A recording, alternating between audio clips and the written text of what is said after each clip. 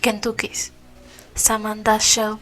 Antes de encender el dispositivo, verifique que todos los hombres estén resguardados de sus partes peligrosas. Manual de seguridad. Retroexcavadora JCB 2016. Nos contará usted que de los otros mundos allá entre las estrellas, de los otros hombres de las otras vidas. La mano izquierda de la oscuridad. Ursula K. Le Guin. Lo primero que hicieron fue mostrar las tetas. Se sentaron las tres en el borde de la cama, frente a la cámara. Se sacaron las rameras y, una a una, fueron quitándose los corpiños. Robin casi no tenía que mostrar, pero lo hizo igual, más atenta a las miradas de Katy y de Amy que del propio juego. Si quieres sobrevivir en South Bend, le habían dicho ellos una vez, mejor hacerse amigas de las fuertes. La cámara estaba instalada en los ojos del peluche, y a veces el peluche giraba sobre las 3 ruedas escondidas bajo su base. Avanzaba o retrocedía. Alguien lo manejaba desde algún otro lugar. No sabían quién era. Se veía como un osito panda simple y tosco, aunque en realidad se parecía más a una pelota de rugby con una de las puntas rebanadas, de lo que permitía mostrarse en pie. Quienquiera que fuera el que estaba del otro lado de la cámara, intentaba seguirla sin perderse nada. Así que Amy lo levantó y lo puso sobre una banqueta para que las tetas quedaran a su altura. El peluche era de Robin, pero todo lo que tenía Robin era también de Katy y de Amy. Ese era el pacto de sangre que habían hecho el viernes y que las uniría para el resto de sus vidas. Y ahora cada una tenía que hacer su numerito, así que volvieron a vestirse. Amy regresó el peluche al piso. Tomó el balde que ella misma había traído de la cocina y se lo colocó encima, tapándolo completo. El balde se movió, nervioso y a ciegas por el cuarto. Chocaba con cuadernos, zapatos y ropa tirada, lo que parecía desesperar aún más al peluche. Cuando Amy simuló que su respiración se agitaba y empezó a hacerse gemidos de excitación, el balde se detuvo. Katy asignó el juego y ensayaron juntos a lo largo y profundo orgasmo simultáneo. Eso no cuenta como tu número, le advirtió Amy a Katia en cuanto lograron dejar de reír. Por supuesto que no, dijo Katia y salió disparada del cuarto. ¡Prepárense!, gritó alejándose por el pasillo. Robin no solía sentirse cómoda con esos juegos, aunque admiraba la soltura con la que Katy y Amy actuaban, la forma de la que hablaban con los chicos, cómo lograban que el pelo siempre les oliera bien y que las uñas se mantuvieran perfectamente pintadas todo el día. Cuando los juegos cruzaban ciertos límites, Robin se preguntaba si no estarían pidiendo la prueba. Había sido la última en entrar al clan, como lo llamaban ellas, y hacían grandes esfuerzos para estar a la altura. Katy regresó al cuarto con su mochila. Se sentó frente al balde y liberó al peluche. «Presta atención», le dijo mirando a la cámara y los ojos lo siguieron. Robin se preguntó si podría entenderlas. Parecía escucharlas perfectamente y ellas hablaban inglés, que es lo que habla todo el mundo. Quizá hablar inglés era la única cosa buena que tenía haber nacido en una ciudad tan terriblemente aburrida como South Bend, y aún así, siempre que había la posibilidad de toparse con un extranjero que no sabía ni preguntar la hora. Katy abrió su mochila y sacó el álbum de fotos de su clase de gimnasia. Amy aplaudió y gritó: «¡Trajiste la putita! ¡Vas a mostrársela!». Katy asintió. Pasó las páginas buscando ansiosa, la punta de la lengua asomada entre los labios. Cuando lo encontró, abrió el álbum de par en par y sostuvo el libro frente al peluche. Robin se asomó para ver. Era Susan, la chica rara del curso de biología que el clan acosaba por deporte. «La dicen la culogota», dijo Katia. Frunció los labios un par de veces, como cada vez que estaba a punto de hacer una maldad del más alto nivel, que era lo que el clan exigía. «Voy a mostrarte cómo hacer dinero gratis con ella», dijo Katia a la cámara. «Robin, amorcito, sostén ese libro mientras le muestro al señor su tarea». Robin se acercó y sostuvo el libro. A mí me miraba curioso. No conocía el guión de Katia, que revisó su teléfono hasta encontrar un video y lo colocó en la pantalla delante del peluche. En el video, Susan se bajaba las medias y la bombacha. Parecía estar grabando desde el piso de los baños de la escuela, detrás del inodoro. Quizá había colocado la cámara entre el tacho de la basura y la pared. Se oyeron unos pedos, y las tres rieron a carcajadas y gritaron de placer cuando, antes de tirar la cadena, Susan se quedó mirando su propia mierda. «Ese tipo está forrado en dinero, querido», dijo Katy. «La mitad para vos y la otra mitad para nosotras. Es que aquel clan no puede volver a extorsionarla. La dirección ya nos tiene en la mira». Robin no sabía de qué estaba hablando. y no era la primera vez que el clan no incluía sus actividades más ilegales. Pronto el número de Katy acabaría y ella le tocaría hacer el suyo, y no había pensado en nada. La sudaban las manos. Katia sacó su cuaderno, un lápiz y anotó un par de datos. Ahí va nombre completo, teléfono, correo y dirección postal de la Golgota, dijo, y colocó el papel junto a la foto. ¿Y cómo va a darnos el dinero el señorito?, le preguntó a mí a Katia, guiñando el ojo a cámara para el supuesto señor. Katia dudó. No sabemos quién verdad es, dijo Amy. Por eso nos traeremos las tetas, ¿no? Katia miró a Robin, como pidiendo ayuda. Era de esos breves momentos que contaban con ella, cuando Katia y Amy, en sus puntos máximos de lujuria, guerreaban entre sí. ¿Cómo van a pasarnos el señor su correo, siguió burlándose Amy. Yo sé cómo, dijo Robin. Las dos la miraron de sorprendidas. Ese sería su numerito, pensó. Con eso saldría del paso. El osito panda también giró. Quería seguir lo que le estaba ocurriendo. Robin dejó el libro, fue hasta su armario y revisó los cajones. Regresó con un tablero de ouija y lo abrió sobre el piso. Subí, dijo, y el peluche subió. Las 3 ruedas plásticas que tenía en la base mordieron sin problema el cartón, y ya estaba arriba del tablero. Se movió a lo largo del vecindario, como investigándolo. Cuando su cuerpo ocupaba más de una letra a la vez, el peluche se acomodó bajo el arco del abecedario y se quedó. Era evidente que tenía muy claro cómo se usaba una ouija. Robin se preguntó qué harían cuando las chicas se fueran y tuvieran que volver a quedarse solas con ese peluche, ahora que le habían demostrado las tetas y que le había enseñado la forma de comunicarse con ella. Genial, dijo Amy. Y a Robin se le escapó una sonrisa torcida. ¿Cuál de las 3 crees que tiene las mejores tetas?, preguntó Katy. El peluche movió rápido sobre las letras del tablero. La rubia. Katia sonrió orgullosa, quizá porque sabía que era verdad. Como no se le había ocurrido antes el truco de la ouija, pensó Robin. Hacía más de una semana que tenía el peluche en su cuarto, de aquí para allá. Habría podido conversar tranquila con él. Quizá era alguien especial, un chico de quien no hubiera podido enamorarse y estaba echándolo todo a perder. ¿Aceptas el trato de la culogota?, preguntó Katia, mostrándole una vez más la foto de Susan. El peluche se movió, volvió a escribir. Putas. Robin frunció un ceño, se sintió herida. Aunque si Taras quizás hablara bien de su peluche. Ella sabía de lo que estaba haciendo no estaba bien. Katy y Amy se miraron y se sintieron orgullosas. Le sacaron la lengua. «Qué ordinario», dijo Amy. «A ver, ¿qué más va a decirnos el señor?» «¿Qué más somos, mi consoladorcito?», alentó Katia tirándole sensuales besitos con la mano. «¿Qué más te gustaría que fuéramos?» «La plata». Seguirlo exigía concentración. «Me la van a dar ustedes».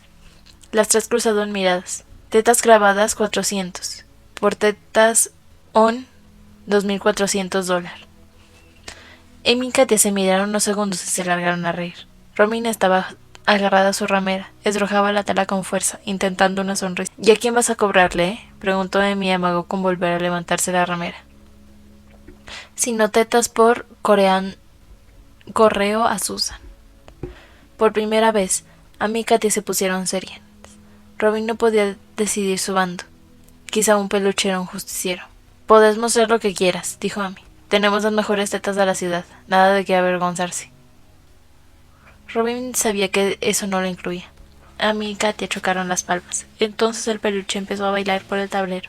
Escribía sin parar, deletrando palabras que Robin apenas llegaba a leer. Tengo videos. Madre de Robin cagando y hermano de Robin masturbando CX6. Había que seguirlo letra por letra. No podía dejar de mirarlo. Padre diciendo cosas, chica limpieza. Amy y Katia miraban fascinadas el baile sobre el tablero, pacientes de la espera de cada nueva humillación. Robin desnuda y Robin hablando mal de Amy por teléfono. Amy y Katia se miraron. Después la miraron a ella. Ya no sonreían. Robin jugando a ser Amy y a ser Katia y a besarlas. El peluche seguía escribiendo, pero Amy y Katia dejaron de leer. Se levantaron, juntaron sus cosas y se fueron dando un portazo, temblando, mientras el peluche seguía moviéndose sobre el teclado. Robin intentó delucidar cómo cuerno se apagaba ese aparato. No tenía interruptor, ya había preparado eso antes, y en la desesperación no encontró alternativa. Lo agarró y con la punta de una tijera intentó abrir la base. El peluche movía las ruedas, trataba de zafarse, pero era inútil. Robin no encontró ninguna rendija para romper, así que volvió a dejar en el piso, y ese volvió inmediatamente al tablero. Robin lo empujó fuera de una patada, el peluche chilló y ella gritó, pero no sabía que el aparato pudiera chillar. Levantó el tablero y lo arrojó al otro lado de la habitación. Trabó la puerta del cuarto con llave y regresó para perseguirlo con un balde, como si quisiera atrapar un insecto descomunal. Logró ponerle el balde encima y se sentó sobre él. Se quedó un momento así agarrada de los lados, sosteniendo el aire cada vez que el peluche golpeaba el plástico, haciendo un esfuerzo por no llorar. Cuando su madre la llamó a cenar, ella gritó que no se sentía bien y de que se iría a cama sin comer. Puso sobre el balde un gran cofre de madera donde guardaba sus apuntes, manuales de estudio, inmovilizándolo. Alguien le había dicho que, si no podía romperlo, la única manera de apagarlo era esperar a que se acabara la batería. Así que se abrazó a su almohada y se sentó en la cama a esperar. Atrapado en su balde, el peluche siguió chillando durante horas, golpeándose contra el moscardón gigante hasta que, ya cerca de la madrugada, el cuarto quedó en completo silencio. En la pantalla apareció un recuadro. Reclamaba el número de serie y Emilia suspiró y se acomodó en su silla de mimbre. Requerimientos como ese eran lo que más la desquiciaba. Al menos su hijo no estaba ahí, marcándole en silencio el paso del tiempo mientras ella buscaba sus anteojos para revisar otra vez las instrucciones. Sentada en el escritorio del pasillo, se enderezó en la silla para aliviar el dolor de espalda. Inspiró profundamente, exhaló y verificando cada dígito, ingresó el código de la tarjeta. Sabía que su hijo no tenía tiempo para hacer tonterías, y aún así se lo imaginó espiándola desde alguna cámara oculta en el pasillo, padeciendo su indiferencia desde su oficina de Hong Kong, tal como lo hubiera hecho su marido si todavía estuviera vivo. Después de vender el último regalo que su hijo le había mandado, Emilia pagó las expensas atrasadas del departamento. No entendía mucho de relojes, ni de carteras de diseño, ni de zapatillas deportivas, pero había vivido lo suficiente para saber que cualquier cosa envuelta en más de dos texturas de celofán, entregada en cajas afelpadas y con contrafirma y documento, valía lo suficiente para saldar sus deudas de jubilada y dejaba muy en claro lo poco que sabía su hijo sobre su madre. Le habían sacado al hijo prodigio en cuanto el chico cumplió 19 años, seduciéndolo con sueldos obscenos y llevándolo de acá para allá. Ya nadie iba a devolvérselo, y Emilia todavía no había decidido a quién echarle la culpa. La pantalla volvió a parpadear. Número de serie aceptado. No tenía una computadora último modelo, pero le alcanzaba para el uso que le daba.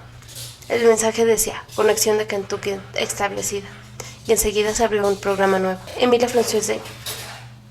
¿De qué servirían esos mensajes si eran indescifrables? La enervaba, y casi siempre estaba relacionada con los dispositivos que le enviaba su hijo. ¿Para qué perder el tiempo tratando de entender aparatos que nunca volvería a usar? Eso era lo que se preguntaba cada vez. Miró la hora. Ya eran casi las 6. El chico ya varía para preguntar qué le había parecido el regalo, así que hizo su último esfuerzo para concentrarse.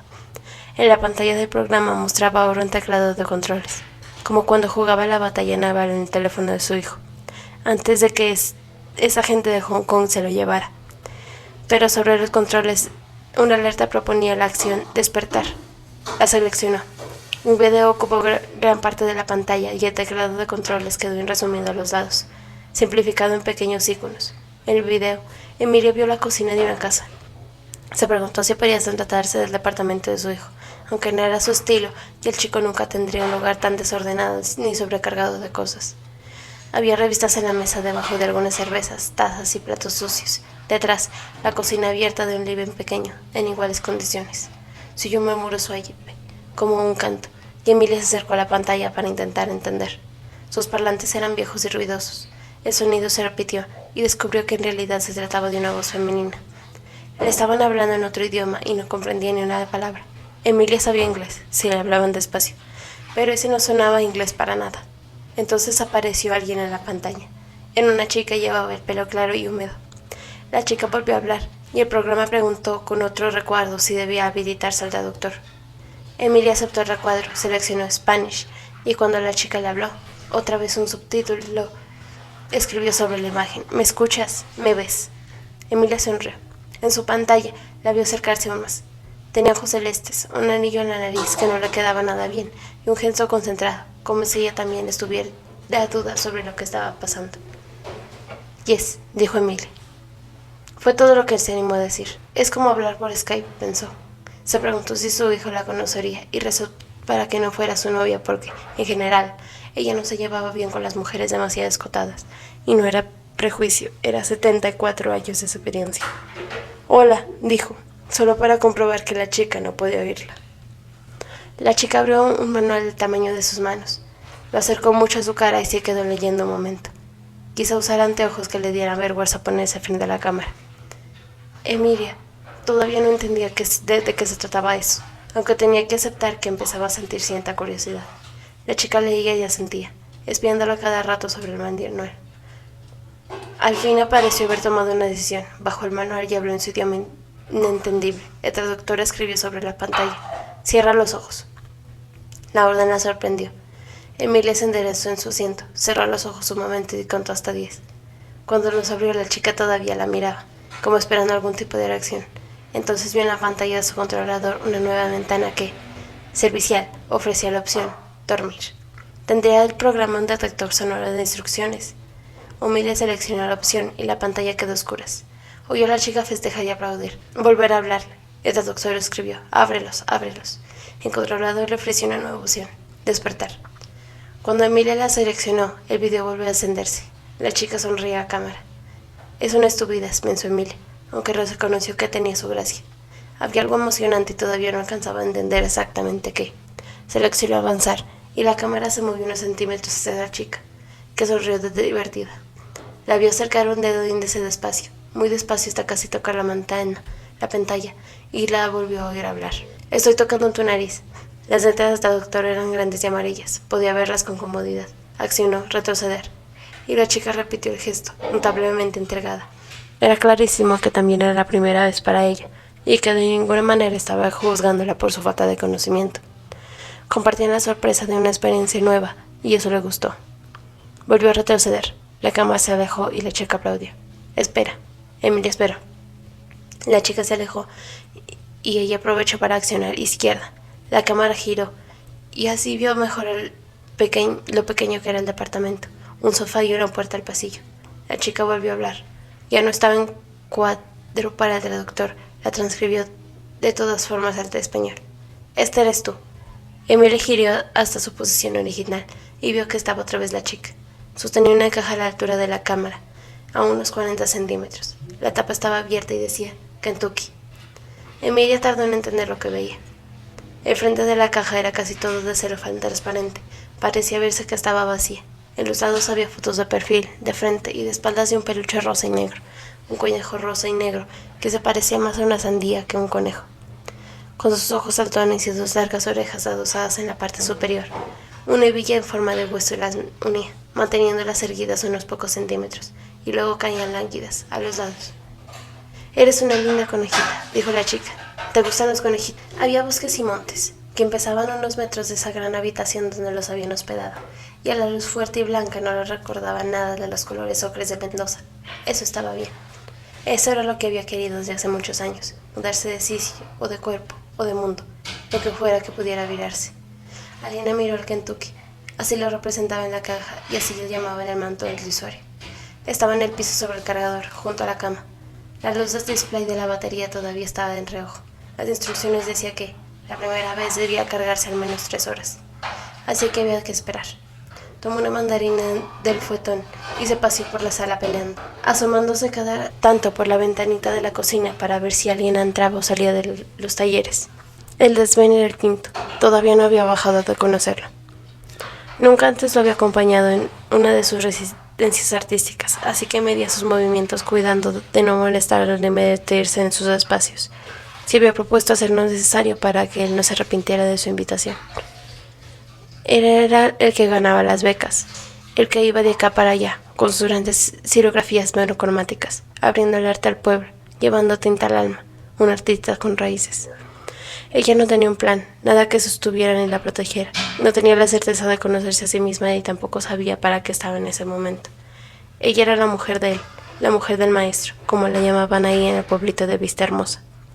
Así que si algo verdaderamente nuevo pasaba en su vida, Por más que se no era una tontería como le sonaba ese descubrimiento insólito de los Kentuckys, tenía que guardárselo para sí misma, al menos hasta entender realmente qué estaba haciendo, o hasta entender por qué, desde que había llegado a Vista Hermosa, no dejaba de mirarlo tanto con tanta extrañeza y de preguntarse qué iba a hacer con su vida para el fastidio y los celos no terminaran por desquiciarla. Había comprado el Kentucky en Oaxaca, a una hora del pueblo, después de deslumbrar hasta el hartazgo entre puestos callejeros y casas de diseño llenas de cosas que no podía pagar. Sí podía, se corregía a sí mismo cada vez que pensaba de esa manera. El acuerdo era que ya lo acompañaba a la residencia y a cambio Ben pagaría los gastos, aunque apenas iban para la primera vuelta, y ya lo había visto consultar la cuenta bancaria demasiadas veces, combinando silencios con algunos suspiros. En el mercado, había caminado entre los puestos de frutas, especies y disfraces, evitando mirar cómo, colgados vivos de las patas, los gansos y las gallinas se sacudían en silencio, exhaustos de su propia agonía. Detrás había encontrado un local vidriado, extrañamente blanco y pulcro entre tantos puestos callejeros. Las puertas automáticas se abrieron, entró, y cuando se cerraron, el ruido quedó levemente amortiguado. Aline agradeció el suave ronroneo del aire acondicionado y que los empleados parecieran estar ocupados atendiendo a otros clientes o haciendo reposiciones. Estaba a salvo. Se quitó el pañuelo, se acomodó el pelo y avanzó entre góndolas de electrodomésticos, aliviada de poder caminar entre cosas que no necesitaba. Cruzó las cafeteras y las zonas de afeitadoras y se detuvo unos metros más allá. Fue cuando los vio por primera vez. Había unos 15, 20 de ellos, apilados en caja. No eran solo muñecos, eso estaba claro. Para que la gente pudiera verlos, varios modelos estaban fuera de sus cajas, aunque no lo suficientemente altos para que nadie pudiera alcanzarlos. Alina tomó una de las cajas. Eran blancas y de impecable diseño, como las del iPhone y el iPad de Sven, pero más grandes. Costaban $279. Era bastante dinero. Eran lindos, y aún así había algo sofisticado que todavía no podía delusionar. ¿Qué eran exactamente? Dejó el bolso en el suelo y se agachó para verlos bien. Las imágenes de las cajas mostraban distintos tipos de animales. Había topos, conejos, cuervos, pandas, dragones y lechuzas, pero no había dos iguales. Cambiaban los colores y las texturas. Algunos estaban caracterizados.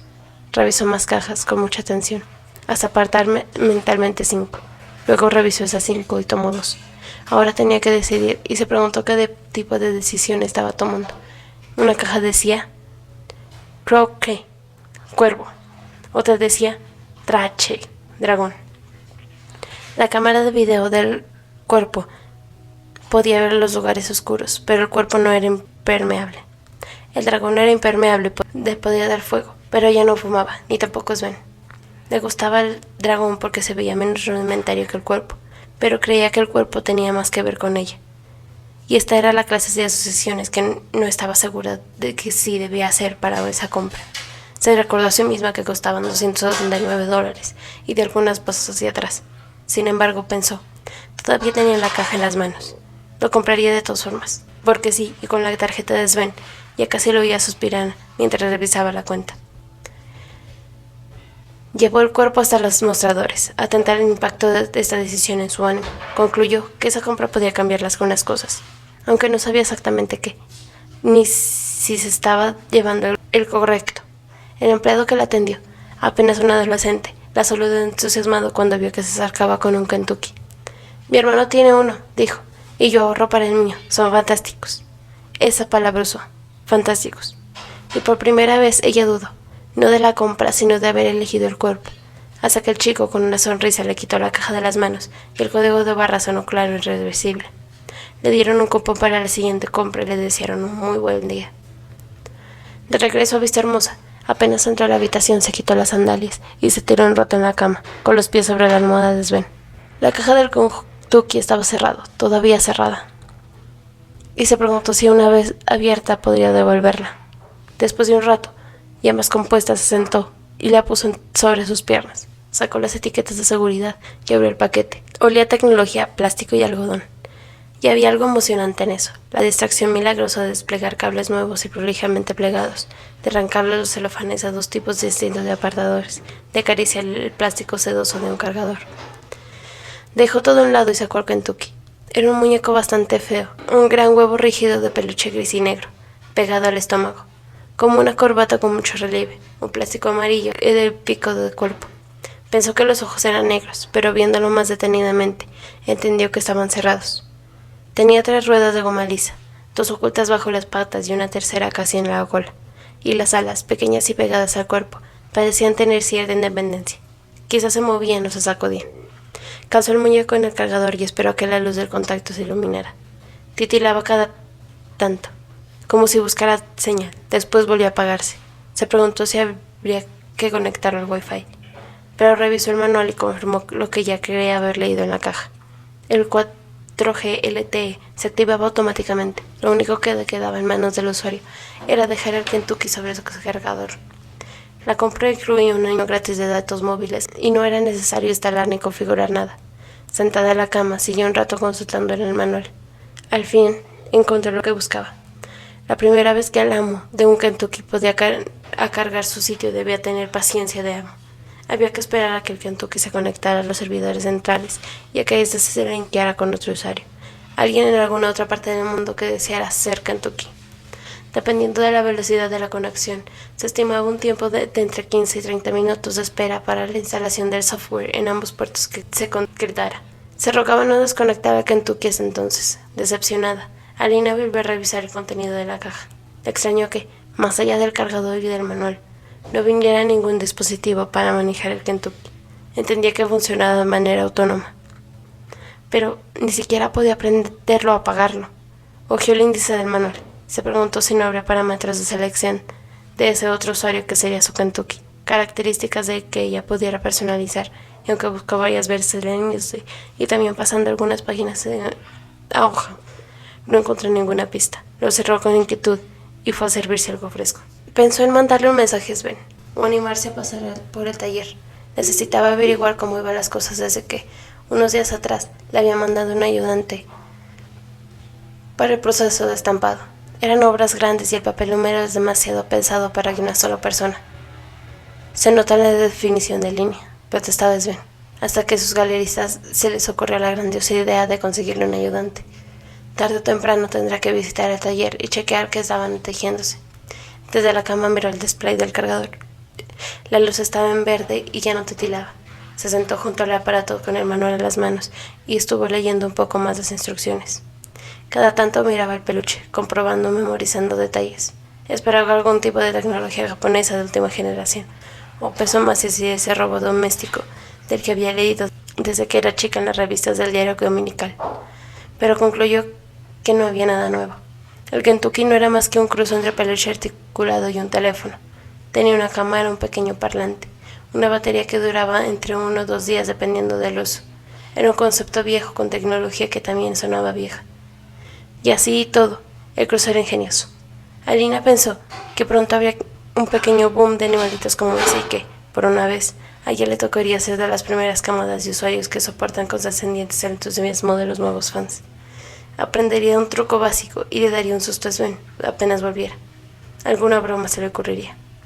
Cuando la conexión del K0005973 finalmente se estableció, el Kentucky se movió unos centímetros hacia la cama y Alina dio un salto y se puso de pie. Era un movimiento esperable y aún así le sorprendió. El Kentucky bajó de la plataforma de su cargador. Avanzó hasta el centro de la habitación y se detuvo. Ella se acercó manteniéndose en esa distancia. Dio media vuelta a su alrededor, pero el peluche no volvió a moverse. Entonces se dio cuenta de que tenía los ojos abiertos. La cámara estaba encendida, pensó. Tocó el jean de sus pantalones. Era un milagro que no estuviera en ropa interior dentro de la habitación. Pensó en apagarlo hasta decidir qué hacer y se dio cuenta de que no sabía cómo. No se veía ningún interruptor en el Kentucky ni en la base. Volvió a dejarlo en el piso y se quedó mirándolo un momento. El Kentucky también la miraba. De verdad iba a hablarle. Así solo en la habitación. Carraspeó. Se acercó aún más y se concluyó frente a él. Hola, dijo Alina. Pasaron unos segundos y entonces el Kentucky avanzó hasta ella. Qué tontería, pensó, pero en el fondo le daba mucha curiosidad. ¿Quién sos?, preguntó Alina. Necesitaba saber qué tipo de usuario le había tocado. ¿Qué tipo de persona elegiría ser Kentucky en lugar de tener un Kentucky? Pensó en que también podría ser alguien que se sintiera solo, alguien como su madre, en la otra punta de Latinoamérica, un misógino viejo y verde, un depravado, o alguien que no hablara español. Hola, preguntó Lynn. El Kentucky no parecía poder hablar. Ella se sentó otra vez frente a él y se estiró para poder recuperar el manual. En el aparato, primeros pasos, buscó una sugerencia para el primer intercambio. Quizás se proponían preguntas que pudieran ser contestadas por sí o por no, o que sugerían consignas iniciales, como que el Kentucky contestara sí girando hacia la izquierda y no jugando hacia la derecha. Tendría el usuario ser Kentucky el mismo manual que ella. No encontró más que cuestiones técnicas, consejos sobre el cuidado y el mantenimiento del dispositivo. Da un paso al frente si me estás escuchando, dijo Alina. El Kentucky aventó unos centímetros y ella sonrió. Da un paso atrás cuando quieras decir no. El Kentucky no se movió. Era divertido. De pronto, vio con claridad lo que quería preguntar. Necesitaba saber si era hombre o mujer, qué edad tenía, dónde vivía, a qué se dedicaba, qué cosas le interesaban. Necesitaba jugar y con urgencia, decir qué tipo de ser le había tocado. El Kentucky estaba ahí mirándolo, quizá tan ansioso por responder como ella de preguntar. Entonces pensó en que su cuerpo podía picotear en su intimidad abiertamente. La vería en cuerpo entero, conocería el tono de su voz, su ropa, sus horarios. Podría recorrer libremente la habitación y en la noche no sería también Sven. A ella, en cambio, solo le tocaría preguntar. El Kentucky podía no contestar o podía mentirle. Decir que era una colegiala filipina y ser un petrolero iraní. Podía, en una causalidad insólita, ser alguien que ella conociera y no sincerarse nunca. En cambio, ella debía mostrarle su vida entera y transparente, tan disponible como él había estado para ese pobre canario en su adolescencia que se había muerto mirándola, colgando en su jaula en el centro de la habitación. El Kentucky chilló y Alina lo miró con el ceño fruncido. Fue un chillido metálico, como el que haría un aguilucho dentro de una lata vacía. Un momento, dijo ella, necesito pensar. Se levantó, fue hasta la ventana que daba a los talleres y se asomó para ver el techo del estudio de Sven. Quizá desesperado por la espera, el Kentucky volvió a chillar. Alina lo oyó moverse, lo volvió a acercarse a ella, sacudiéndose las veces por las imperfecciones de la madera del piso. Se detuvo cerca.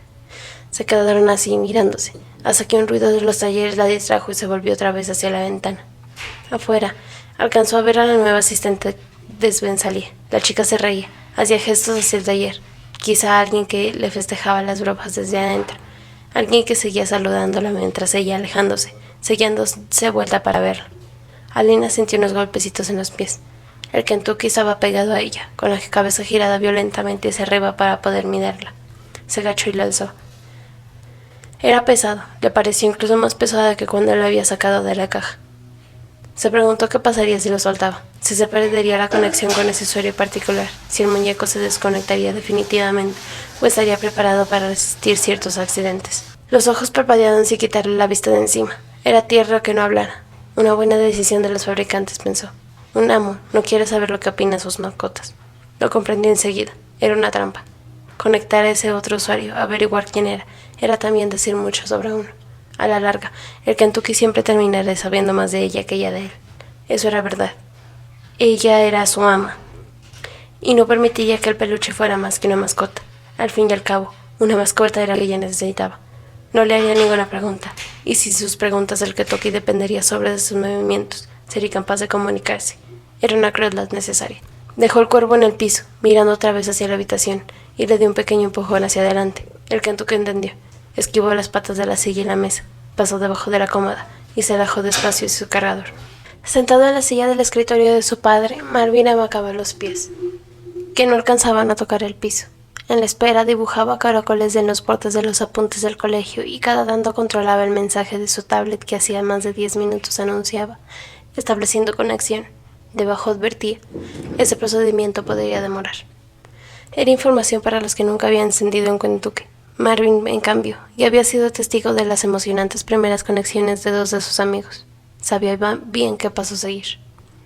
Una semana atrás, cuando su padre descubrió sus verdaderas notas, le hizo prometer que permanecería en el estudio 3 horas cada día, rodeado de libros estudiando. Marvin había dicho, juro ante Dios permanecer 3 horas al día frente al escritorio rodeado de libros, pero no había dicho nada de estudiar, así que no estaba faltando a ningún juramento, y su padre tardaría meses en descubrir que había instalado un Kentucky en la tablet, si es que su padre volvió a tener tiempo para descubrir algo nuevo sobre su hijo. Marvin había pagado la aplicación desde la caja de ahorro de su madre. Era dinero digital, el dinero que más le dura a los muertos. Marvin ya había utilizado esa cuenta 3 veces y empezaba a sospechar que ni siquiera su padre sabía de su existencia. Al final el número de serie fue aceptado. Marvin dio un salto en la silla y se inclinó sobre la pantalla. No sabía cómo funcionaría un Kentucky desde su tablet. Sus amigos ya eran Kentuckys, uno en Trinidad y el otro en Dubái. Los pilotaban con visores, así que había aprendido él a usarlos, y temía que en su vieja tablet la experiencia no fuera igual. En la pantalla la cámara se encendió y quedó en blanco. Dragón, dragón, dragón, murmuró Marvin con los dedos cruzados. Quería ser dragón, aunque sabía que debía estar abierto a lo que le tocara. Sus amigos también habían querido ser dragones, y Dios había sido mejor que ellos, que era lo que cada uno realmente necesitaba. El que era conejo se paseaba el día entero por la habitación de una mujer que, en la noche, lo dejaba mirar mientras se duchaba. El que era topo vivía 12 horas a la semana en un departamento desde el que podía verse a la costa turquesa del Golfo Pérsico. En su tablet, la pantalla seguía en blanco, y Marvin tardó en entender que el problema era que la cámara del Kentucky estaba frente a una pared. No podía ver nada porque estaba demasiado cerca para hacer foco. Se movió hacia atrás. La aplicación de la tablet era casi tan buena como los visores, y aún así le costaba deducir dónde estaba. Giró y al fin vio algo. 4 aspiradoras compactas alineadas una detrás de la otra, casi todas tan altas como su Kentucky. Eran brillantes y modernas. A su madre le habrían encantado. Cuando se movió hacia el otro lado terminó de entender. La cuarta pared era de vidrio y daba a la calle. Estaba en una vidriera. Era de noche, y afuera alguien pasó encapuchado, tan abrigado que Marvin ni siquiera pudo adivinar su edad, o si trataba de un hombre o una mujer. Entonces la vio.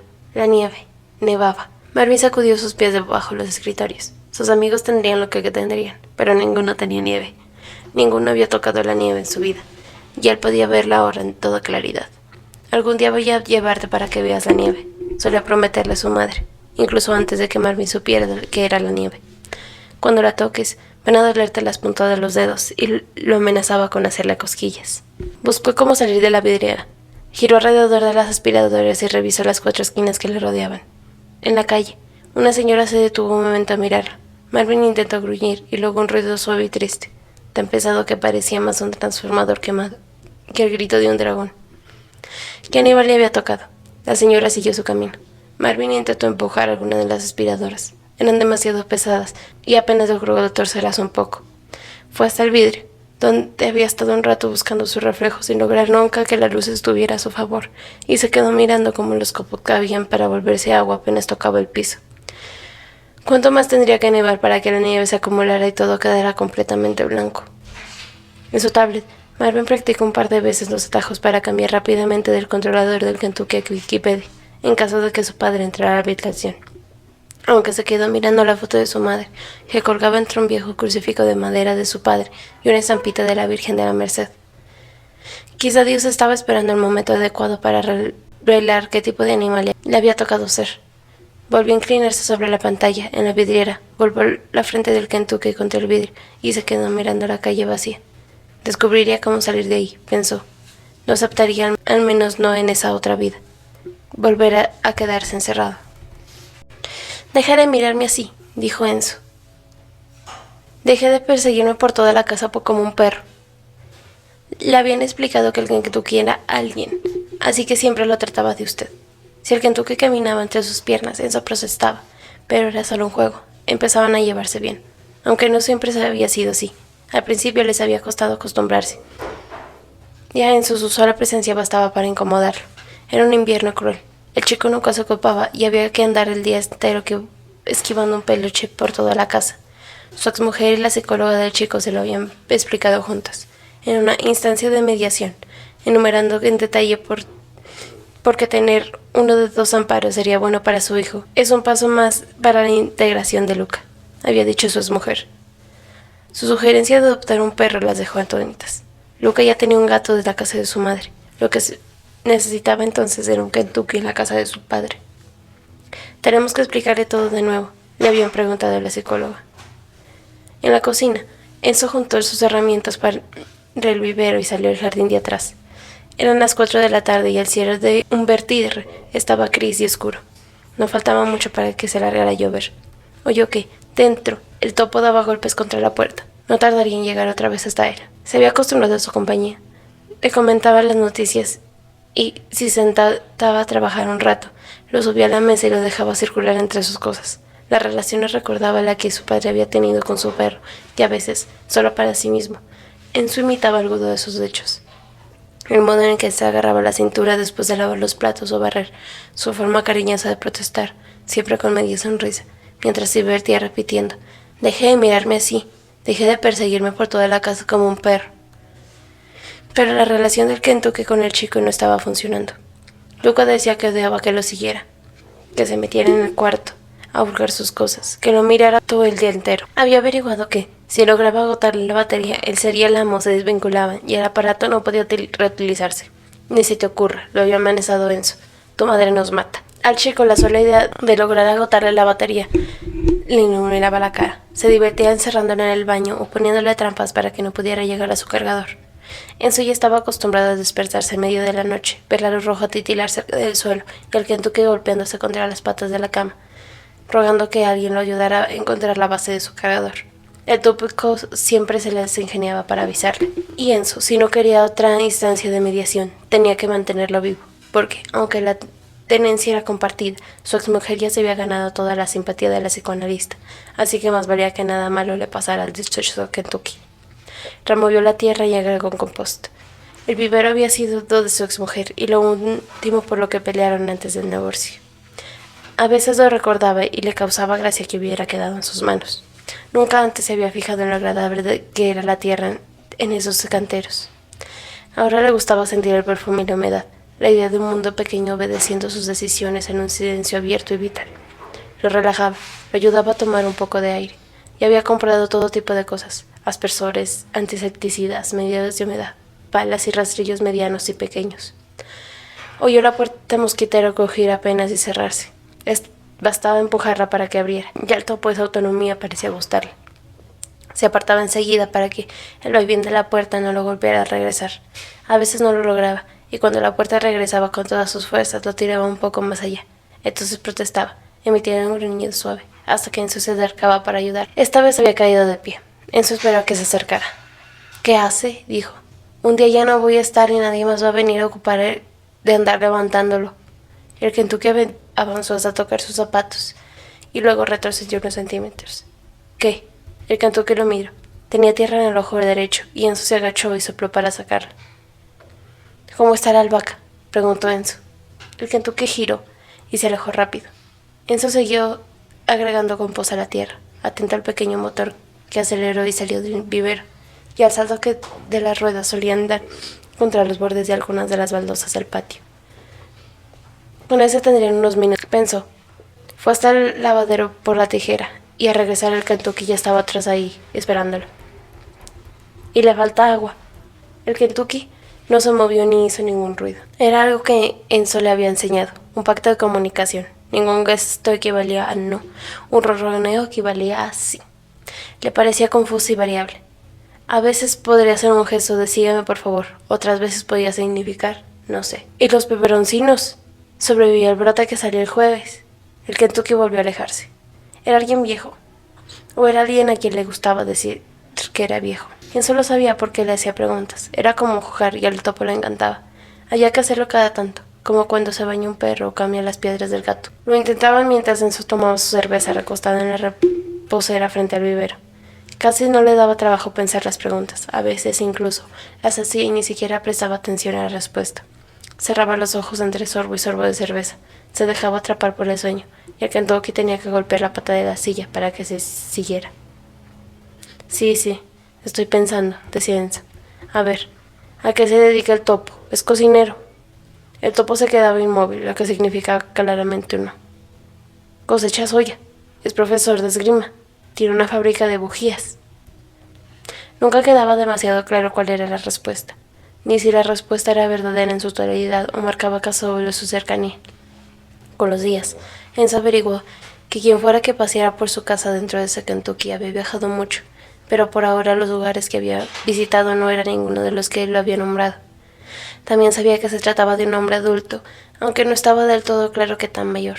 A veces no era francés ni alemán, y otras veces eran las dos cosas, así que Enzo creía que quizá fuera anciano. y le gustaba dejar que el Kentucky girara en círculo, exclamando desesperado esa opción intermedia que ya estaba en el aire y que Enzo se cuidaba de no pronunciar jamás. Alsacia. ¿Le gusta un vertide?, le preguntaba. ¿Le gusta un pueblo italiano, el sol, los vestidos floreados, los culos enormes de nuestras mujeres? Entonces el Kentucky corría alrededor de la reposera, ronroneando a su máximo volumen. Algunas tardes, Enzo lo cargaba hasta el coche y lo dejaba en la luneta mirando hacia atrás, todo el recorrido hasta las clases de tenis de Luca, hasta el súper donde hacía las compras, y él regresó a la casa. «Mire qué mujeres», le decía Enzo. «¿De dónde será un topo que nunca vio mujeres como estas?» Y el topo ronroneaba una y otra vez, quizá de furia, quizá de felicidad. Varios años atrás, su hijo también le había regalado la computadora, enviada desde Hong Kong y envuelta en celofanes. Otro regalo que, al menos al principio, el Emilia le había traído más disgustos que alegrías. El plástico blanco de la cáscara se había descolorado, y podría decirse que ahora ya se había acostumbrado la una a la otra. Emilia la encendió, se puso los anteojos y el controlador del Kentucky se abrió automáticamente. En la pantalla, la cámara parecía inclinada, como si estuviera caída. Reconoció enseguida el mismo departamento de la chica escotada. La cámara estaba acostada ras del suelo. Solo cuando levantaron al Kentucky, Emilia vio el sitio al que acababan de moverla y entendió que la habían dejado en una cucha de felpa fucsia con pintitas blancas. La chica habló y los subtítulos amarillos del traductor aparecieron inmediatamente en la pantalla. «Buenos días». Los pechos estaban bien ajustados en un top celeste y todavía llevaba el anillo en la nariz. Emilia le había preguntado a su hijo qué relación tenía con esa chica y él había dicho que ninguna. Y ese había puesto otra vez a explicarle cómo era que funcionaban los Kentuckys y hacerle preguntas sobre qué había visto y en qué ciudad había quedado asignada y cómo la habían tratado. Era una curiosidad sospechosa. En general a su hijo no le interesaba nada de la vida de su madre. «¿Estás segura de que eres conejo?», volvió a preguntarle su hijo. Emilia recordaba haber oído como algo de linda conejita.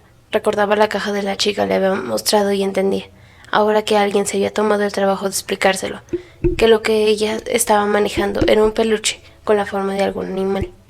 Serían animales del horóscopo chino. ¿Qué significaba entonces ser conejo y no ser, por ejemplo, serpiente? «Me encanta cómo hueles». La chica acercó demasiado su nariz a la cámara y la pantalla de Emilia se oscureció un segundo. «¿A qué olería?» «Vamos a hacer muchas cosas juntas. ¿Y sabes lo que vi en la calle hoy?» Contó algo que había pasado frente al supermercado. Aunque parecía una tontería, Emilia intentaba entender. Seguía las letras amarillas con la pantalla del traductor, iban demasiado rápido. Le pesaba lo mismo que en el cine. Si las oraciones eran muy largas, desaparecían antes de que pudiera terminar de leerlas. «Y el día está precioso», dijo la chica. «Mira». La levantó sobre su cabeza, amenazando desde la ventana. Por un momento, Emilia vio una ciudad desde lo alto. Las calles anchas, las cúpulas de algunas iglesias, los canales de agua, la fuerte luz roja que atardecer cubriendo todo. Abrió grande los ojos. Estaba sorprendida. Era un movimiento que no había esperado y la imagen de esa otra ciudad le impactó. Nunca había salido del Perú, jamás en toda su vida, si descontaba el viaje a Santo Domingo para el casamiento de su hermana. ¿A qué ciudad la habían asomado? Quería volver a verla, quería que la alzara otra vez. Accionó las ruedas del Kentucky para un lado y para el otro. Giró la cabeza varias veces, lo más rápido que pudo. «Puedes llamarme Eva», dijo la chica. Volvió a pararla en el piso y se alejó rumbo a la cocina. Abrió la heladera y algunos cajones. Empezó a preparar su comida. «Espero que te guste el almohadón que te compré, mi gordita». Emilia dejó un rato el Kentucky mirando a la chica. Quería estudiar atentamente el controlador. «Que me alce de nuevo», pensaba. «Que me alce de nuevo». No entendía cómo comunicarse con ella. ¿O sería que, en su condición de conejo, solo le tocaba escuchar? ¿Cómo cuernos se hacía hablar esos animalitos? Ahora sí tenía preguntas que hacer, pensó Emilia. Si no lograba hacérselas a la chica, llamaría otra vez a Hong Kong y se las daría a su hijo. Y era un momento de que el chico se hiciera un poco más responsable de las cosas que le enviaba su madre. Unos días más tarde descubrió que estaba en Erfurt, o había grandes posibilidades de que el sitio donde se movía su Kentucky fuera de una pequeña ciudad llamada Erfurt. Había un almanaque de Erfurt pegado en la ladera de la chica y estaban las bolsas que llegaban del departamento y ellas dejaban en el suelo por días. Aldi Erfurt, Meine Apotheke en Erfurt. Emilia lo había googleado. Erfurt tenía como unos atractivos turísticos, un puente medieval del siglo XIII y un monasterio que se había pasado Martín Lutero. Quedaba en el centro de Alemania y a unos 400 kilómetros de Múnich, la única ciudad alemana en que en realidad le hubiera gustado conocer. Hacía ya casi una semana que se paseaba unas 2 horas al día por el departamento de Eva. Se le había contado a sus amigas en el café de los jueves, después de natación. Gloria preguntó qué era eso que Emilia llamaba Kentucky, y cuando se lo explicaron decidió que compraría uno para su casa. Para las tardes que cuidaba a su nieto, Inés en cambio estaba horrorizada. Juró que no pisaría la casa de Gloria si compraba ese aparato. Lo que quería saber Inés, y le preguntó varias veces golpeando la mesa con el dedo índice, era qué tipo de reglamentación implementaría el gobierno con una cosa así. No se podía contar con el sentido común de la gente. Y tener una cosa así, y tener un Kentucky circulando por ahí, era lo mismo que darle las llaves de la casa a un desconocido. Además, no entiendo, dijo Inés al final. ¿Por qué no te buscas un novio en vez de andar arrastrándose por el piso por una casa ajena? Inés era torpe para decir las cosas. A veces a Emilia le costaba perdonarla. Se quedó un rato mordiendo la bronca, pensando en ese comentario incluso ya en su casa, mientras enjuagaba y colgaba una toalla de natación. Sin Gloria, concluyó, su amistad con Inés no habría durado ni un día. Para el final de la semana, Emilia ya había establecido una nueva rutina. Después de lavar los platos, preparó un poco de té y se encendía puntualmente en el departamento de Eva. A Emilia le parecía que la chica empezaba a acostumbrarse a ese horario, tardío pero regular en el que ella despertaba de Kentucky. Entre las 6 y las 9 de la noche del horario alemán, Emilia circulaba alrededor de las piernas de la chica, atenta de lo que pasaba. El sábado, de hecho, cuando Emilia despertó y la chica no estaba, encontró un cartel pegado en la pata de una de las sillas, a unos centímetros del piso. Tuvo que transcribirlo en su teléfono, letra por letra, para entender lo que decía, y le alegró confirmar que era para ella. Mi pupi. Yo estoy en el súper yendo, sin retardo. Vuelvo yo en 30 minutos, ya fácil, con atención, tu Eva. Le hubiera gustado tener el papel original, con la letra fina e inclinada de la chica para pegarlo en su heladera, porque a pesar del alemán, de la tinta fucsia y brillante, era una escritura sofisticada, algo que podría haber enviado un pariente lejano o alguna amiga desde el extranjero. La chica le había comprado un juguete para perros, pero como Emilia no lo usaba, solía dejarle cerca otro tipo de objetos para ver si alguno la tentaba. Había un ovillo de hilo que a veces empujaba y un pequeño ratón de piel cuya funcionalidad Emilia no terminaba de descifrar. Aunque le agradecía la nueva intención, lo que ya realmente le interesaba era ver las cosas que la chica tenía en su departamento.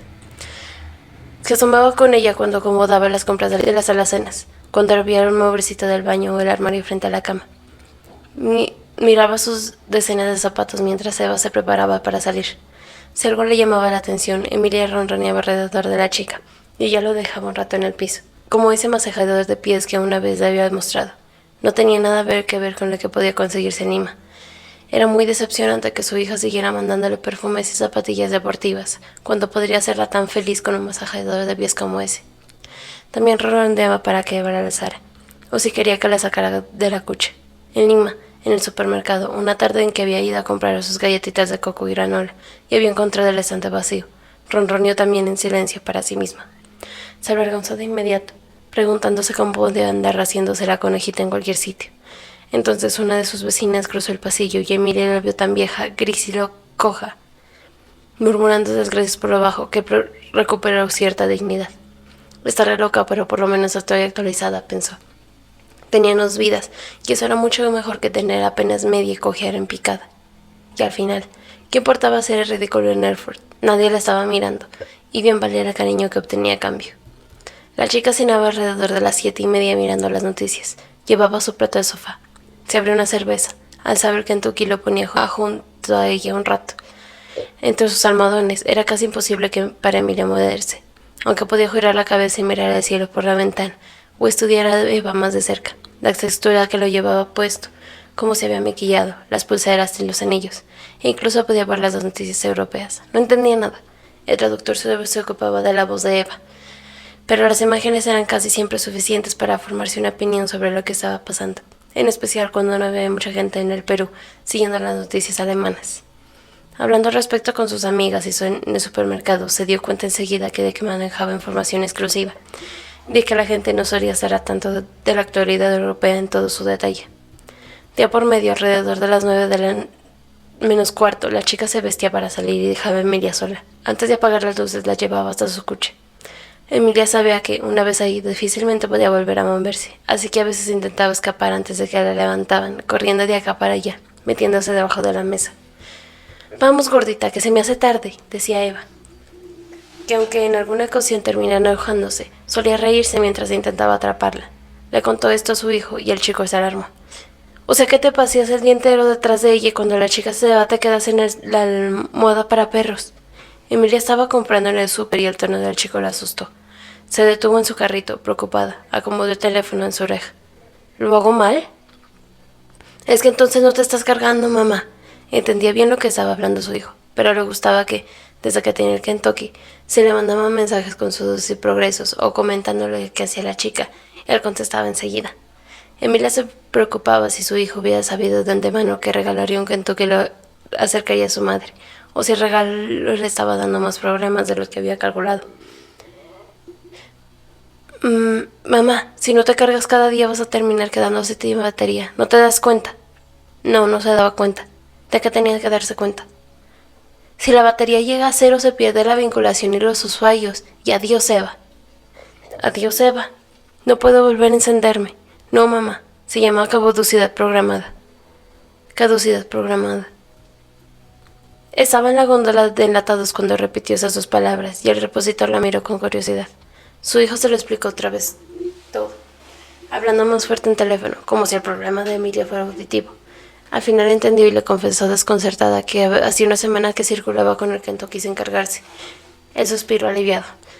«Te está cargando ella», dijo. «Menos mal». Emilia miró esto mientras esperaba apagar. Entonces, cuando ella se iba a la cama y dejaba su Kentucky en la cucha al día siguiente, la chica lo sacaba de ahí. Lo calzaba en su cargador, y una vez que la carga se completaba, volvió a dejarla en su sitio. Emilia movió los duraznos que había quedado debajo de las latas de arvejas y los puso arriba para que no se golpearan. Así que cada día, alguien en la otra punta del mundo hacía eso por ella. Sonrió y guardó su teléfono. Era toda una atención. La Moza Encinto no era solamente un hogar de ancianos. Era una de las instituciones más queridas y la mejor equipada de la Vila de Gracia. Tenía 7 cintas de caminar, 2 tubos de hidromasaje terapéutico y un lector de electrocardiogramas propio. Pagadas todas las refracciones del frente del gimnasio, Camilo Baigorria quería que los excedentes de las cuotas en ese año se invirtieran con fines recreativos. Le había llevado 47 años de administración llevar estos últimos meses de bonanza y ahora necesitaba algo que hiciera la diferencia. Algo que los familiares notaban inmediatamente en sus visitas y de lo que hablaran el resto de la semana. Fue Eider, la jefa de las enfermeras, la que propuso el asunto de los Kentuckys. Pensó que le costaría convencer a Camilo de su idea, aunque sabía que ya había uno en la familia de su jefe, un sobrino que se lo había comprado con sus ahorros. Camilo Baigorria nunca hubiera pensado en la adquisición de semejante aparato para el geriátrico, y aún así se arriesgó. Le agradeció a Eider la idea y de inmediato encargó 2 Kentuckys conejos.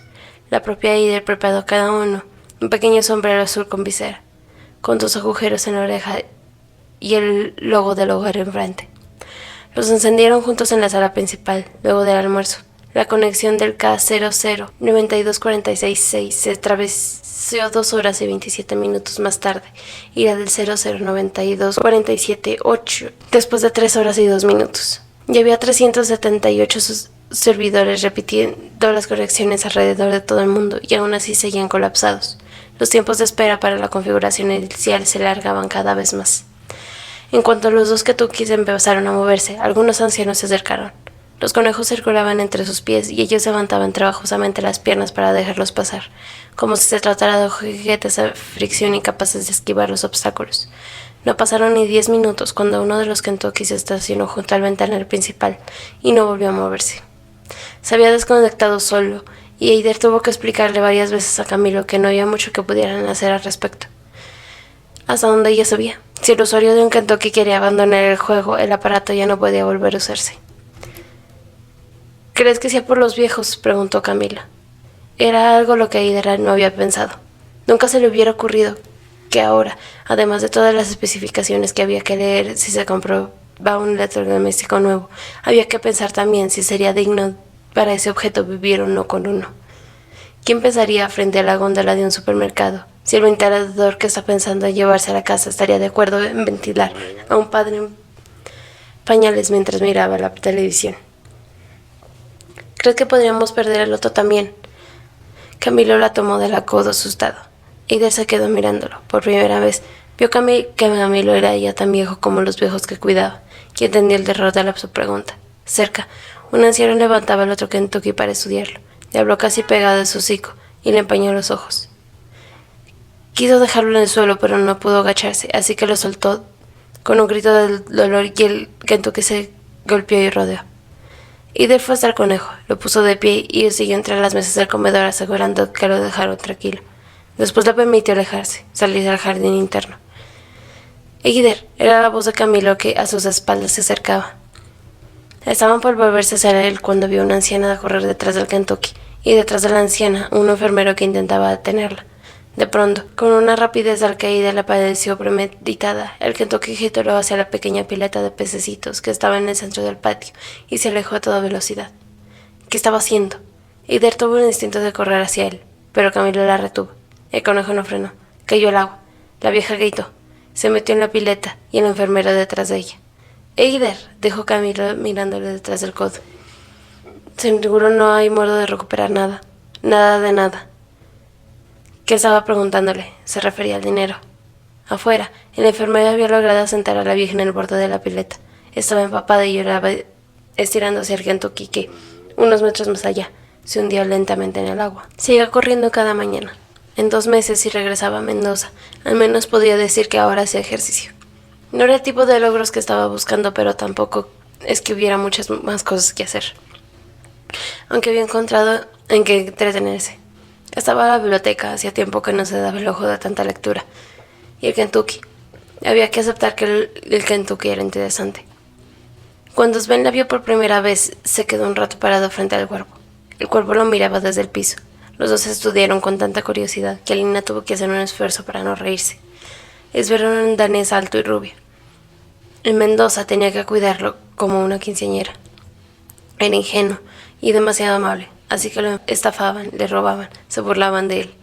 En las residencias artísticas, en cambio, rodeado de sus pares y secundado siempre por alguna enérgica asistente, a Alina le parecía un príncipe que se le escapaba de las manos.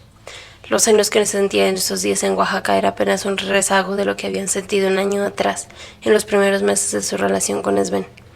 Con el tiempo esa angustia había virado otra cosa. Antes la atormentaba, concentraba su mirada exclusivamente en él. Ahora, en cambio, la angustia le distraía. Perdía el interés y los celos eran la única forma que encontraba para regresar cada tanto a Sven. También estaba este otro estado en el que tanto le gustaba entregarse, uno que solo tenía que ver con ella. Se encerraba en la habitación y se concentraba en las maratónicas sesiones de series para volver a la realidad muchas horas más tarde. Quedaba fragmentada, así le gustaba a Alina describirlo. Era un mareo que adormecía sus miedos más tontos y, quizá por el propio aislamiento, la devolvía al mundo limpio y liviano, abierta al mero placer de un poco de comida y una buena caminata. Por la tarde o temprano se cruzaba otra vez con Sven y recordaba que su vida estaba hecha de cosas que siempre podían perderse, con la sonrisa encantadora con la que él miraba ahora al Kentucky. Alina había calculado el tiempo de preguntas que él haría sobre el peluche y había repasado sus respuestas mentalmente, preparándose para enfrentarlo en cuanto al precio, su utilidad, la desmesurada exposición de su intimidad. Aunque la revelación de su último cálculo al artista le llevaría su tiempo. Él parecía sorprendido y cuando se agachó para observarlo de cerca preguntó algo de lo que Alina no había pensado. ¿Qué nombre le ponemos? El Kentucky giró y miró. Sanders, dijo Alina. Coronel Sanders. Era una tontería y aún así tenía gracia. Se preguntó qué le habría hecho pensar que se tratara de un varón y a la vez le pareció imposible pensar que ese cuerpo como nombre de mujer. Como el viejo de Kentucky Fried Chicken. Alina insistió. Era perfecto. Es venenoso el Kentucky, que protestó cuando le dieron vuelta. Le revisaron las ruedas y estudiaron cómo iba agarradas el cuerpo a sus pequeñas alitas de plástico. ¿Qué autonomía tiene? Alina no tenía idea. ¿Crees que podía seguirnos hasta la cena?, preguntó Sven y volvió a dejarlo en el piso. Sería divertido intentarlo. En Vista Hermosa no había nada parecido a un restaurante elegante. De hecho, no había nada parecido a un restaurante.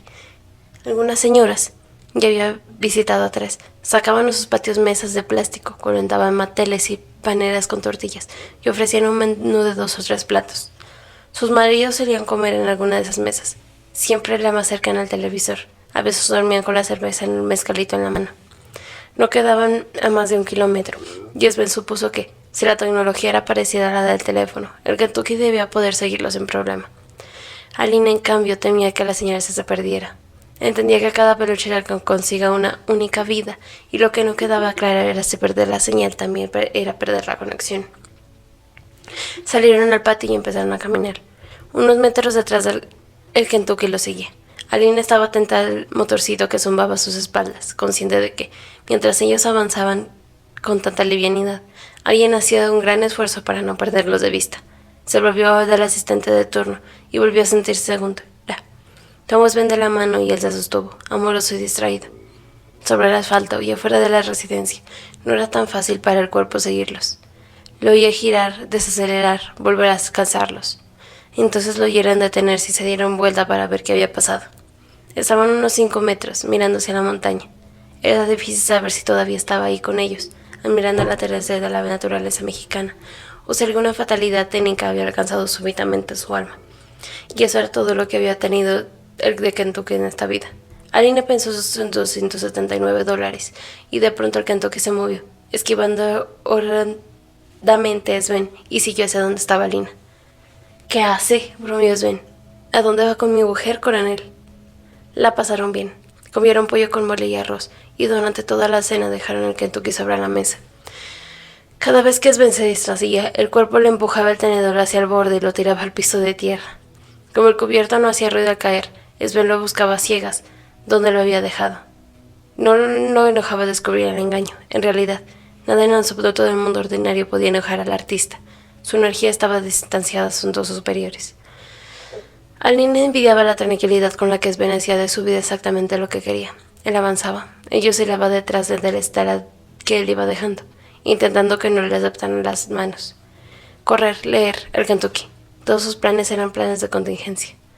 El coronel volvió a tirar el tenedor, y Alina se sentó y soltó una carcajada. Cuando el Kentucky la miró, ella le guiñó el ojo y le hizo un ruido de cuerpo por primera vez en la noche. Si se mete con mi mujer, dijo Sven bromeando, se mete también conmigo, coronel, y volvió a agacharse a recoger su tenedor. Unos días después, cuando estaba por dejar la habitación, regresó al último momento por el Kentucky y se lo llevó con ella. Quería mostrárselo a Carmen, la mujer de la biblioteca. Era lo más parecido que tenía una amiga en toda la residencia. Cruzaba frases breves y filosas. Saboreaban la descripción del evidente principio de una gran cofradía. Alina dio unos golpecitos sobre el mostrador para avisarle que andaba por ahí. Dejó al coronel junto a los papeles de Carmen y se alejó rumbo al pasillo de narrativa, desde donde espió para ver qué pasaba. Carmen lo vio, se acercó, y iba siempre de negro, las muñecas repletas de pulseras con tacha. Levantó el Kentucky, le dio la vuelta y estudió roto la base, pasando los dedos entre las ruedas. Este parece de mejor calidad que los míos, dijo sin levantarle la voz, aunque se hubiera sabido desde el principio que Alina lo espiaba. Alina se acercó con 2 libros nuevos. Siempre me pregunté, dijo Carmen divertida, ¿por qué será este culito? Y le rascó con unas señas a las saltadas el puerto USB escondido tras la rueda trasera. Después lo dejó sobre la mesa y el Kentucky se alejó hacia Alina. Carmen dijo que no había pasado un mes desde que su exmarido le había regalado un Kentucky a cada uno de sus hijos, y ya había visto nuevas versiones de varias ocasiones. Mi exmarido dice que el crecimiento de estas cosas es exponencial. Si hay 3 la primera semana, es que habrá 3000 la segunda. ¿No te intimida?, preguntó Alina. ¿Qué de todo? Carmen dio paso del costado y a las espaldas del Kentucky. Hizo la mímica de vendarse los ojos. Buscó su billetera en el bolsillo y le mostró a Alina unas fotografías de sus 2 hijos con los bichos. Eran 2 gatos amarillos y los llevaban en los canastos de las bicicletas. Cada Kentucky tenía una cinta negra atada a la cabeza que le cubría los ojos. Era la única condición que Carmen le había puesto a su exmarido. Temía que todo fuera un plan para tener 2 cámaras rondando por su casa día y noche. Alina se quedó mirando la foto. ¿Y para qué quiere alguien pasear por su casa con los ojos vendados? ¿Cuál es la gracia? Ya ves, dijo Carmen. Tienen solo 2 sentidos, y yo les quito uno y siguen circulando. Así es la gente, manita. Teniendo en el pueblo semejante biblioteca, y señaló sus 4 pasillos vacíos. Le quitó la foto de las manos, le dio un beso a la imagen de cada hijo y la guardó otra vez en su billetera. Pisaron un hoyer en la ruta, frente a la parada del taxi, continuó, anotando en el registro de libros los que Alina estaba llevándose.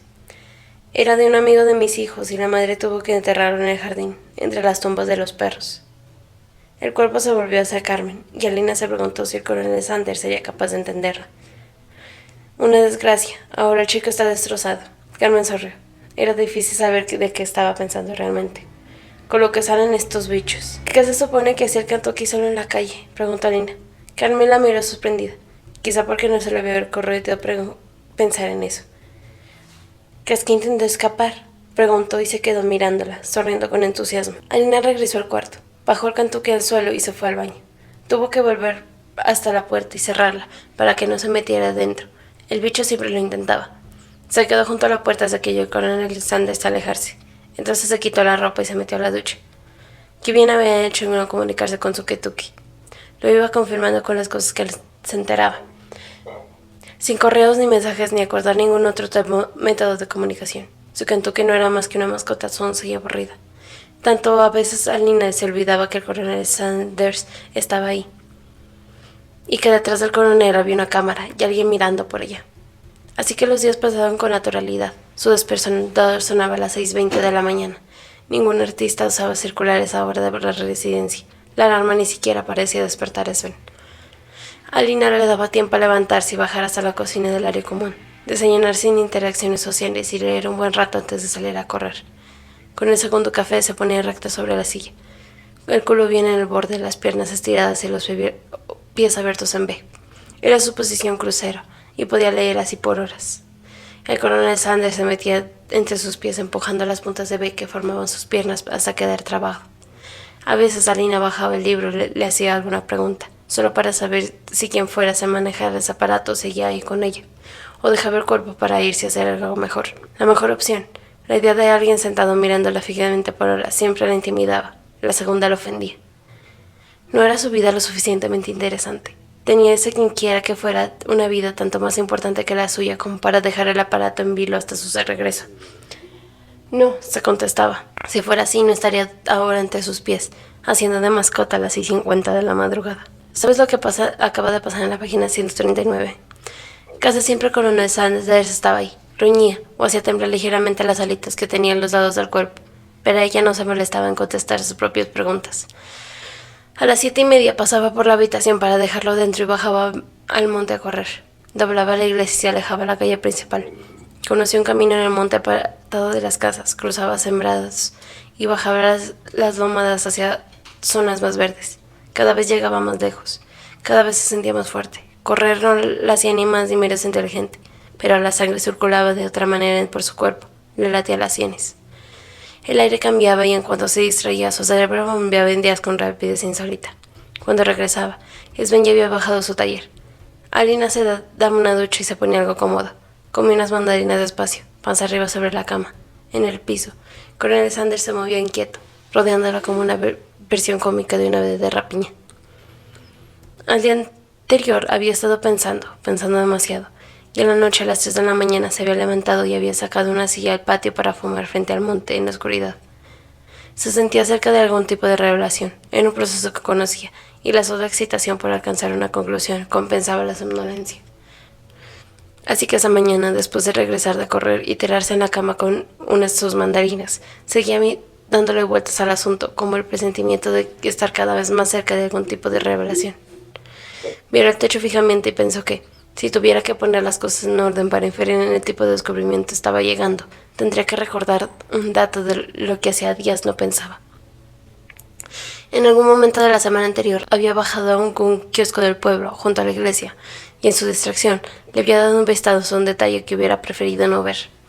El modo en el que Sven le explicaba algo a una chica, la dulzura con que intentaba hacer entender, lo cerca que estaban uno del otro, el modo en que se sonrieron. Después supo que era el asistente. No le sorprendió, tampoco le pareció un descubrimiento importante, porque una revelación mucho más profunda captó súbitamente su atención. Nada le importaba, tanto como para moverse en alguna dirección. En su cuerpo, cada impulso preguntaba por qué. No era cansancio, ni depresión, ni carencia de vitaminas. Era una sensación parecida al desinterés, pero mucho más expansiva. Acostada en la cama junto a las cascadas en una sola mano, y el movimiento le acercó a una nueva revelación. Si Sven todo lo sabía, si el artista era un peón abocado, y cada segundo de su tiempo era su paso hacia el destino irrevocable, entonces ella era exactamente lo contrario.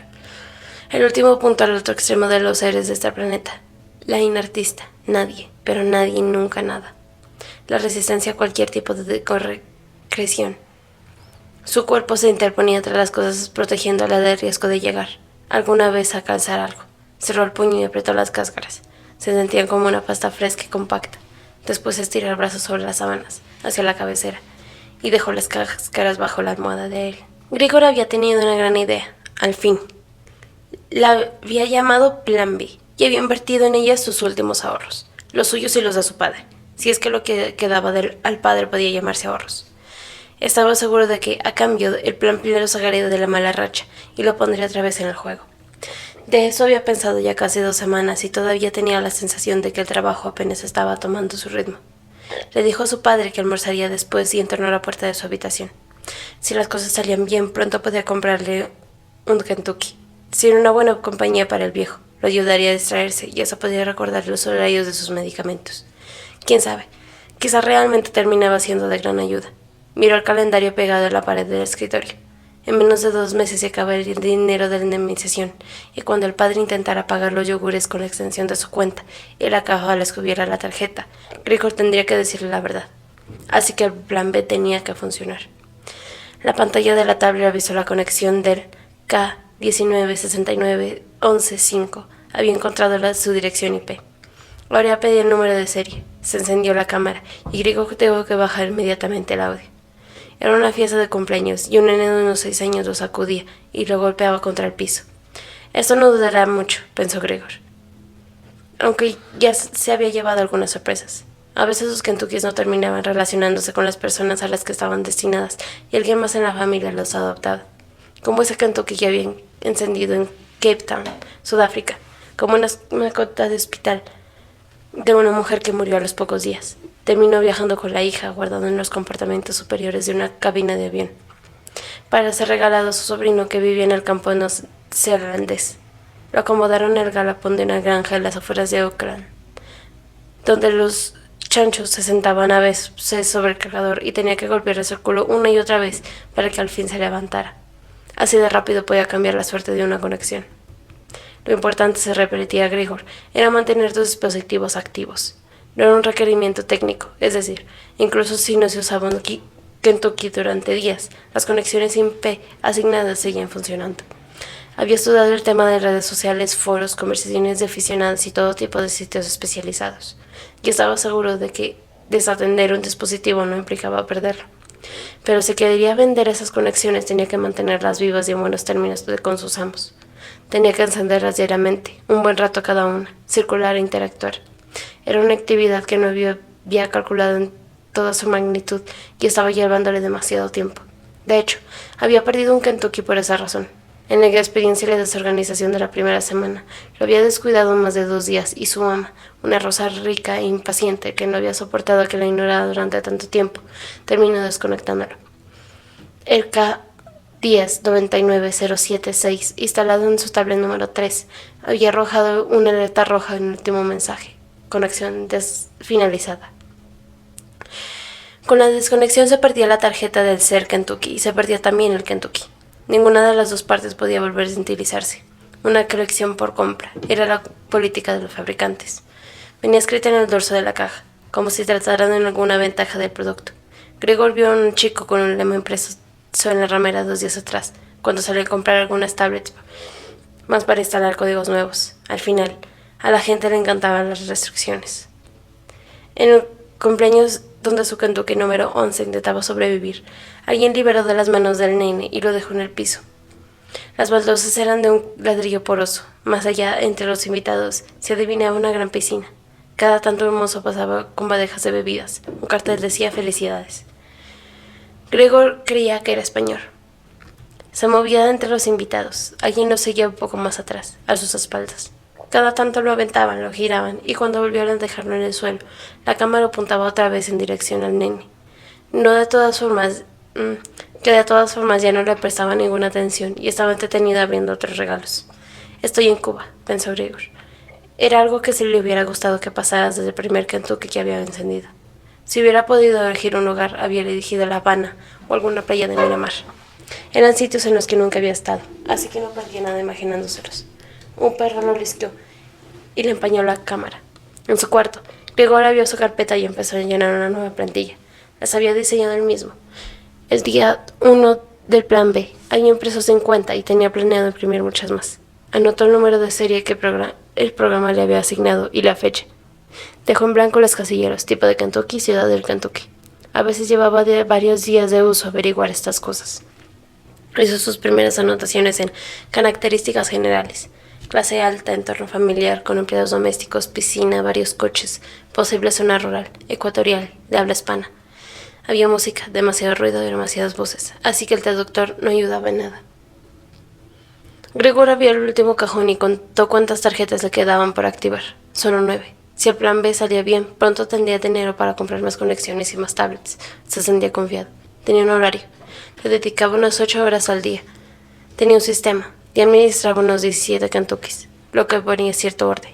Y aunque se había decidido subir bastante los precios, seguía llegándole consultas y sabía que pronto las ventas se dispararían. Los 3 primeros los había dejado ir a precios muy bajos.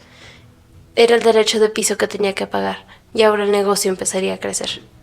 Su padre dio unos golpecitos suaves en la puerta y entró. Estaba viejo, y aún así seguía siendo el hombre alto y grandote. Traía un vaso de plástico en la mano y dejó sobre el escritorio frente a Grigor. «Es yogur», dijo. Se sentó en la cama con el otro vaso.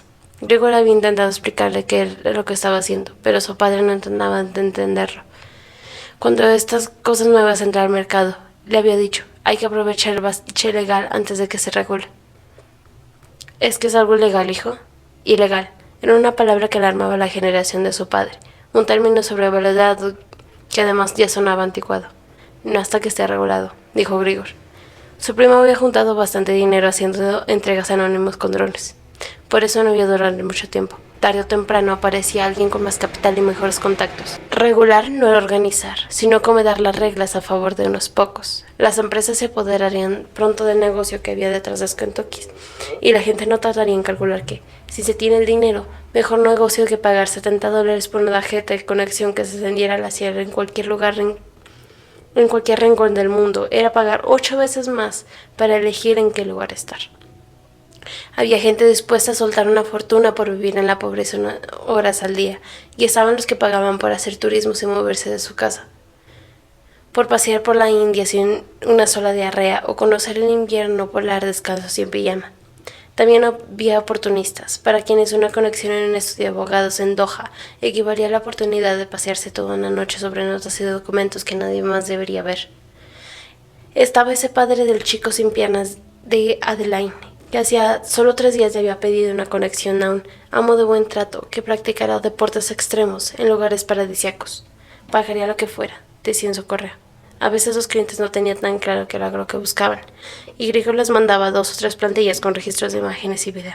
A veces, hasta él mismo disfrutaba de las conexiones que mantenía para vender. Ejercía secretamente desde la ubicuidad.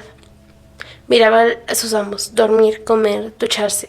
Algunos lo restringían a zonas específicas, otros lo dejaban circular por toda libertad, y más de una vez, aburrido en la espera, se entretenía revisándole las cosas mientras sus amas estaban fuera. «Ahorramos unas 50 cunas por semana, hijo», dijo el padre mostrándole su yogur terminado. Grigor se acordó que él todavía tenía en la mano el pote de plástico que le había dado su padre. Lo probó y comprendió a qué se refería. Ya no estaban comprando los yogures, sino que los preparaba él mismo en la cocina, y Grigor tuvo que hacer un gran esfuerzo para no escupirlo en el vaso y tragar con una sonrisa.